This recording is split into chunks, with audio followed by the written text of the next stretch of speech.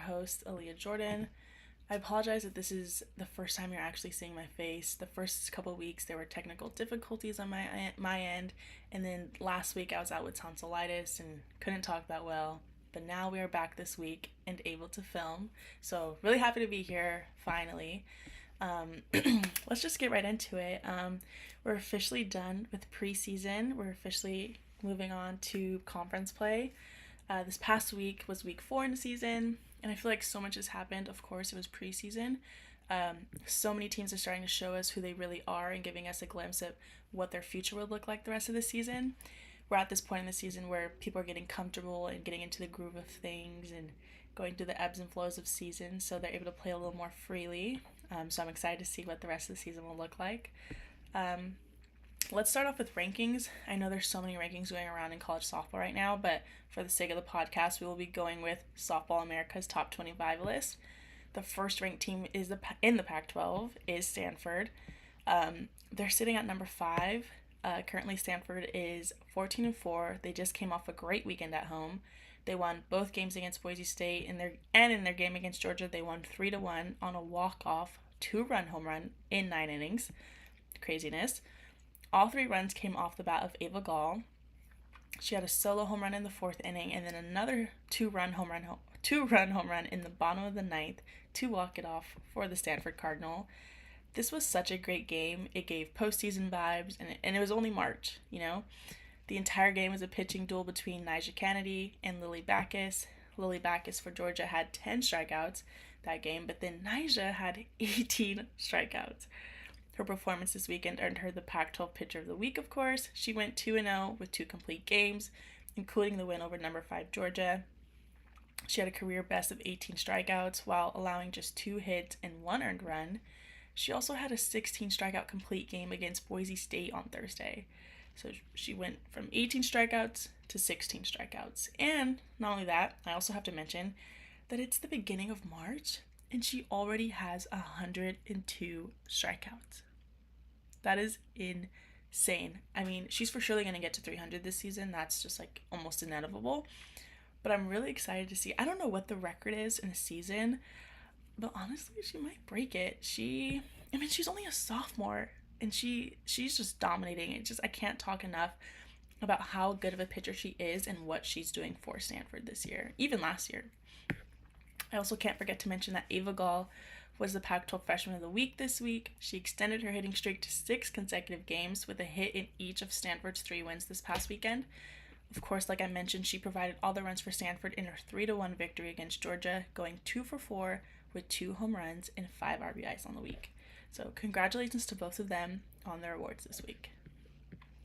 This weekend, Stanford will not be starting Pac-12 play just yet. They will be playing San Jose State, LMU, and Sacramento State. Next in rankings, we have Washington, who is ranked number 8 nationally and are currently 16-2. This weekend, Washington didn't have too much action. They won all their games, including 2 wins against Maryland and 2 against Mount St. Mary's. 3 of those wins actually were run-rule wins, so that's pretty cool. I do want to mention that Jillian Solis was the Pac-12 Player of the Week. She went 8-for-14 with 6 extra base hits and 20 total bases. She had a home run, 2 doubles, and 3 RBIs, so congratulations to her. This weekend, Washington will open up Pac-12 play against ASU at home. Next on our rankings, we have Cal, who is 19-2. I personally think that everyone is sleeping on Cal. I mean, maybe they're not. I don't know. I'm not sure. But if you look at their schedule, they already have 3 top 25 wins, and we haven't even gotten to conference yet. They have 1 against Louisiana, who just beat Oklahoma, by the way, 1 against Virginia Tech, and this past weekend, they also beat, at the time, 5th-ranked Georgia. Cal is just not a team to mess with this year. I think we need to talk about the 2 standout players for Cal, and that is Acacia Anders and Elon Butler. Acacia Anders is leading the team batting average, batting .433. She has a team-leading 29 hits, 10 doubles, and 21 RBIs. Elon Butler has a .418 batting average, 7 home runs, and 19 RBIs. Those 2 together are just simply getting it done at the plate for Cal this year. And so they started out the season doing so well. I know obviously when you get to pack, you're playing the same team 3 times in a row. People have film on you, so you have to make your adjustments as a hitter as you do as a pitcher. But I'm really excited to see what they do in Pac-12 play. I mean, they started out so hot. I can only imagine what they're going to do in conference play. This coming weekend, Cal will be at Oregon to start conference play. I'm going to be honest. I think they take at least one of those games, if not two. Again, I think Cal is just a team that everyone sleeps on, and they'll randomly come and take a game from you. I remember last year we went up to Cal and it was pouring rain, game delayed a couple hours. We ended up losing 8-0, got run ruled in 5 innings.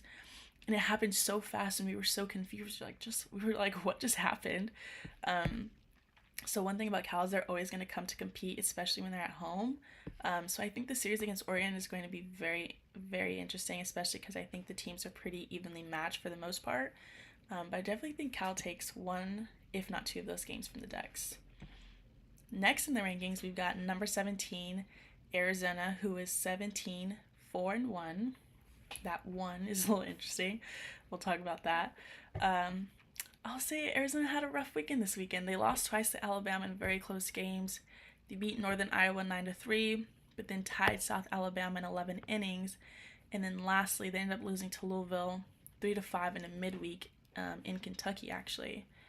And I just think they had an off weekend. I mean, their games against Alabama were really close, but their bats they couldn't get it done.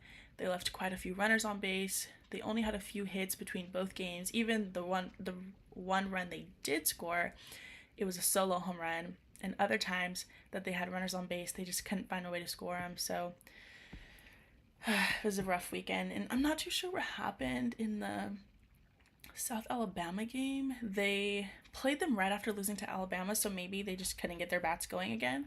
And then after that game, I don't know why they ended up. They played 11 innings.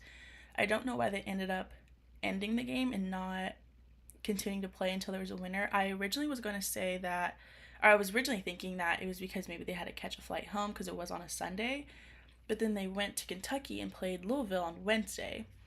So not too sure why they ended that game early. I would have loved to see that game play out, but nonetheless, they ended up tying 1-1 in 11 innings against South Alabama. This weekend, they'll be at Oregon State for their first conference games. I don't think that Oregon State will take any games from them. I think that Arizona will take the series and it'll be a clean sweep. But who knows? Pac-12, anybody can beat anybody, so we'll have to see about that.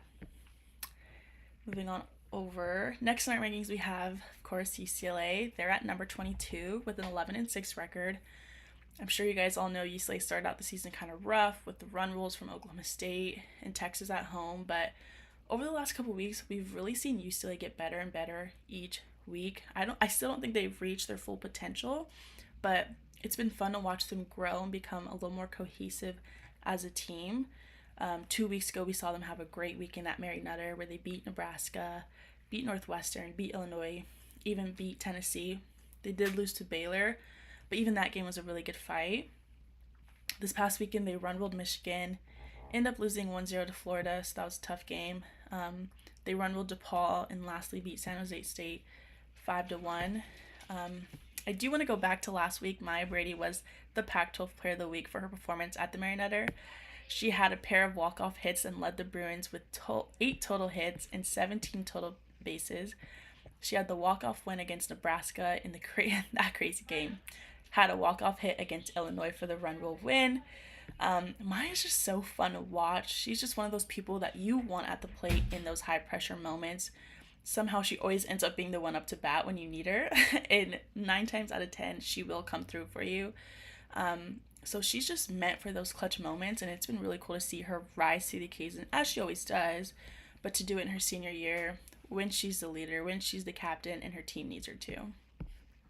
Also last week, Taylor Tinsley was also the Pac-12 Pitcher of the Week. She just had an amazing weekend at Cathedral City. She allowed just two earned runs across the 3 complete games, totaling in 22 innings. Among all the pitchers competing at the Mary Nutter, which included 30 teams, she ranked first in innings, tied for first in strikeouts with 30, and second in ERA at .64, opponent average at .242, earned runs allowed at 2, and runs allowed at 7. I mean, you could just see it just watching those games and seeing her on the mound. She just looked so fired up, and you could tell she was just so confident in herself on the mound. And I think that's the Taylor Tinsley that I want to see, of course, but I think the whole world wants to see, especially UCLA fans. And she's only a sophomore, and last year she had to pitch behind Megan Faremo, Lauren Shaw, Brooke Inez. So she's seen so many great pitchers before her, so I think she's finally getting into the groove of things where she has the ability to be like one of those pitchers. This weekend, UCLA will be playing Utah at home, and it is alumni weekend, so I will definitely be at all of those games. Um, I don't think there's definitely some unfinished business between UCLA and Utah, with UCLA winning the Pac-12 outright last year, then losing to Utah in the Pac-12 tournament. I definitely think it'll be a great battle between the two teams, and I really want to say UCLA takes all 3 games, but again, Utah is always ready to compete. So they may sneak a game from the Bruins. We'll see. I don't know. I think either way, it'll be a great series to watch. And those games, I don't think they're televised, which that's a series that I feel like should be televised. But I think UCLA is live streaming them, but still, that's a series that should be on TV for sure. So that's the last of the Pac-12 teams that are in the top 25. But let's move on over to the Oregon Ducks. If I'm not mistaken, I believe they were having some weather issues this weekend, and a few of their games got canceled, but they ended up playing Mount St. Mary's twice. They won both of those games and also played Maryland and split those games. I think it is worth mentioning some pretty cool stats for Oregon. KK Humphreys was 7 for 9 with 3 home runs and 9 RBIs in their first 3 games of the weekend.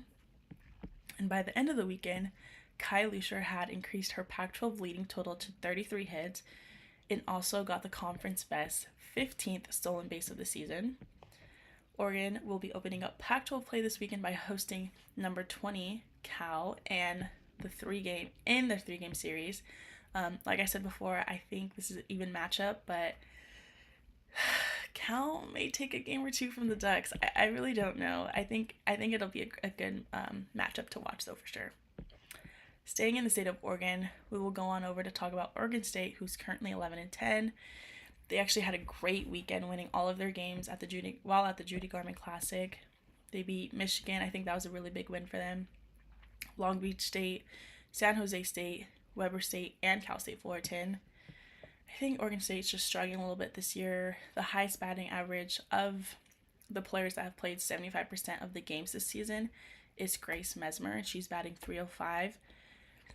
I think it's probably hard for them also. They only have 3 pitchers, so their ERAs are a little bit higher, but with the average being 2.41. So I think they are struggling a little bit this year. But like I said, they'll be opening up Pac-12 play against Arizona at home. Those games will not be on the Pac-12, but they will be live streamed via Oregon State's live stream as well. So catch those games there. Next, we have to talk about Utah. They're currently 14-6. This past weekend, they went undefeated in all 5 games, including their midweek game against San Diego State. They had a triple header against Wisconsin and a double header against Utah Tech. That's a lot of games, especially playing the same team so many times.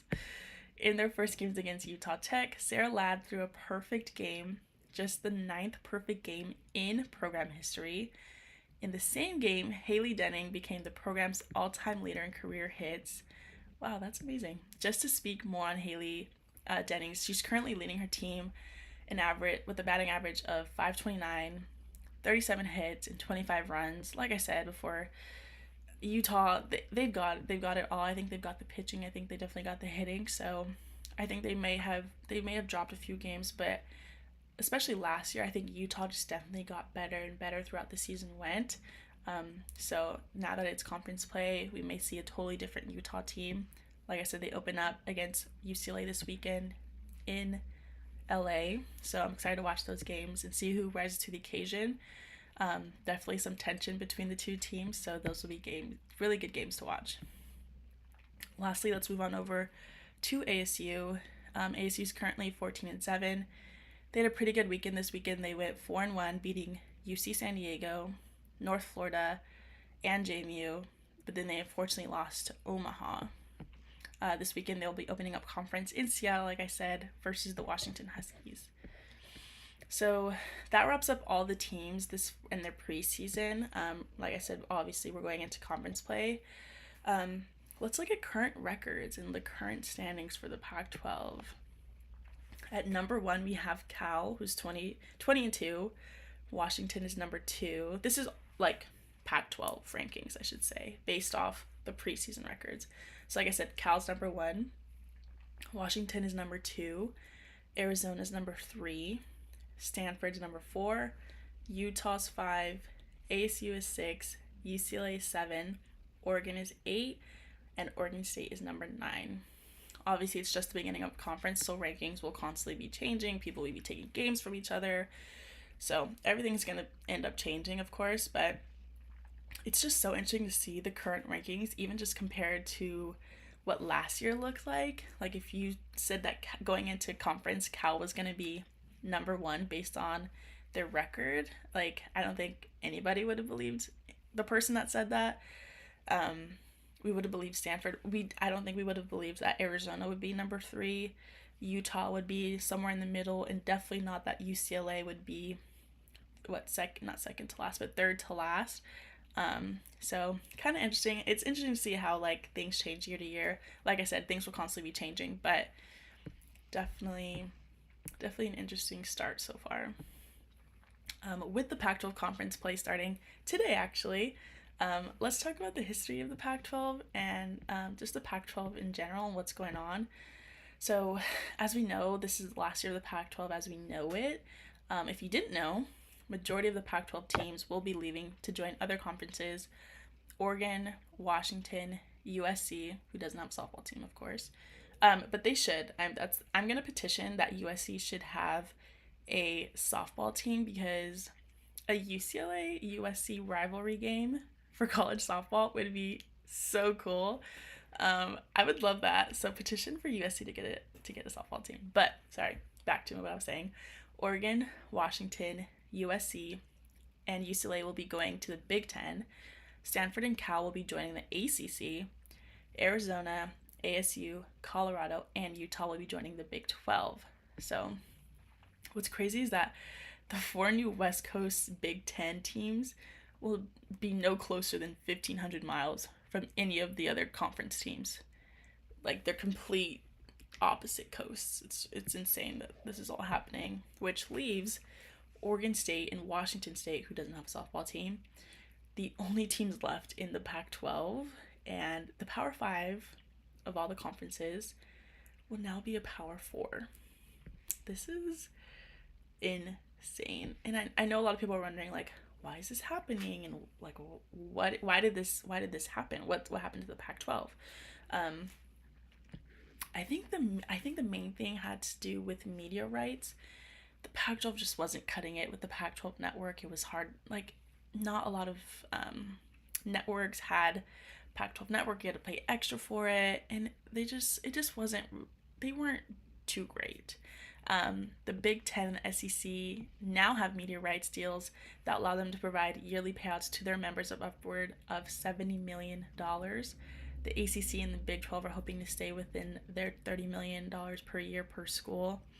And apparently, for the past year, up until September of 2023, the Pac-12 was still searching for a media rights deal with the hopes of expanding to make up for the losses of USC and UCLA. So if you didn't know, UCLA and USC were the first schools to leave. It was kind of crazy. Like, I was still in school at UCLA when this happened. I remember just like waking up and seeing a post like UCLA's joining the Big Ten, and I was like, what? Like, does this mean next year like we're gonna be traveling? But UCLA and SC were the first schools to leave the Pac-12, and then just shortly after, just more and more teams left. So apparently they were still looking for a media rights deal. However, ESPN offered the Pac-12 $30 million per school, and the Pac-12 countered with $50 million, and ESPN essentially came back and said no, and then ended the negotiation. So now the Pac-12 is the Pac-2. And I don't know if this means that they will be adding like some schools from the Mountain West. I don't know exactly what's gonna happen. I don't think anybody really knows what's gonna happen. But yeah, I'm really sad that this is happening. In terms of softball, like the Pac 12 is quite literally the conference of champions. There have been 21 NCAA Division I softball championships won by 5 different Pac 12 conference members. Um, those school it in the 40 years of its history. So and so that stat leads all other conferences. So UCLA has 9 championships, Arizona has 8, ASU has 2, Washington has 1, and Cal has 1. So really sad to see it go. I think we also have to talk about what this means for the athletes. Usually when you have a travel weekend, at least for softball, I can't talk for other sports, but for softball, you know, you leave Thursday night or maybe Thursday midday, so you're really missing school. You're already missing 2 days out of the week of your school week, right? So you leave Thursday night or Thursday midday, you play Friday, play Saturday, play Sunday, and then you come home Sunday night. And depending on where you played, I remember I would get home at like 11 or midnight and then have practice that same day. Now that teams have to travel almost 6 hours across the country to play teams like Michigan and Rutgers and all those other East Coast teams, like what does that look like in terms of travel day? Because you also have to think about, with those games being played, like how long the flights are there and back, and also the time difference. I mean, the weather. I remember we would go to Utah and it would be 50 degrees and I'd be shivering. I mean, I am such a California girl, so for me, I always struggled. I know Coach that woman loves her parka, so she's gonna need about 3 of them when she goes over to the East Coast to play those teams. That'll be really funny to see, actually, by the way. But I think there's just so much that goes into these travel days and what it's gonna look like. I'm glad that I'm no longer playing during this Big Ten conference, because that would just, I don't know, it'll be interesting to see. I just don't think this is going to be beneficial for the student athlete itself. I mean, I think like when you compare to football, they may leave Friday, get there Friday night, play Saturday. I know they leave that same night and they probably get home late, but at least they'll be back in LA, or I'm still speaking for UCLA, but they'll be back in their city, their town, back at school that same night, if not maybe early morning, and they'll have Sunday to recover and then have Monday through Thursday, if not also maybe Friday for school. So yeah, it may work in terms of football and maybe other sports, but I think for softball, maybe baseball, this is going to be a little bit of a challenge and a transition for sure. But yeah, that rounds up all the Pac-12 softball for the week. I will be back Friday again to do the same thing all over again. If there's anything you guys ever want to see or hear, let me know. Message me on social media, comment, like, subscribe. Thank you so much.